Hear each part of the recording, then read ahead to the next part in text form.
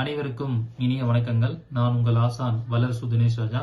ஜோதிட பிரபஞ்ச குழு அறக்கட்டளை அஸ்ட்ரோ யுனிவர்சல் ஃபவுண்டேஷன் சார்பாக ஒவ்வொரு மாதமும் திருச்செங்கோடு ஆயிர வைசியர் மண்டபத்தில் 4வது சனிக்கிழமை மாதாந்திர கருத்தரங்கம் நடத்திட்டு இருக்கோம். அந்த வகையில் இந்த மாதமும் 27/4/2024 சனிக்கிழமை அன்று 34வது மாதாந்திர கருத்தரங்கம் நடைபெற உள்ளது. இதுல 250 கோல்டன் விதிகள் இலவசமா கொடுக்க போறோம்.